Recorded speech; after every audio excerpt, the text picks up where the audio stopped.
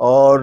یہ بہت کامیاب ہوا تھا. اچھا اس جلسے سے ہی پورے پاکستان میں اویئرنیس آ گئی تھی، کیونکہ اس سے پہلے 1979 میں غالب صدی بہت اعلیٰ پیمانے پہ پوری دنیا میں منایا جا چکا تھا، پاکستان میں، بھارت میں، یہاں لندن، یونیورسٹی آف لندن میں اور سارے دنیا کے یونیورسٹیز میں وہ غالب صدی ہوئی تھی کہ 100 سال ہوئے تھے برسی کو، غالب کی 100ویں برسی. تو 70 میں انہوں نے یہ جاگنے کا ایک انتظام لوگوں کے کیا کہ چھوٹے چھوٹے پہلے وہ سیمینار کروائے، اور اس کے بعد ایک بہت بڑا جلسہ 1972 میں یہ ہوا. 1 سال تیاری کی تھی اس کی انہوں نے، اور وہ 72 میں جلسہ وہاں رضویہ میں ہوا تھا. تو چونکہ ہجری کے لحاظ سے 1972 میں 100 سال ہو رہے تھے، اور عیسوی کے لحاظ سے 1974 میں 100 سال بنتے تھے. 1874 میں میرینیز کا انتقال ہوا. تو انہوں نے مسلسل 2 سال تک 72 73 74 تک جلسے کروائے لوگوں سے. خود تو انہوں نے رضویہ میں ہی کیا، اپنی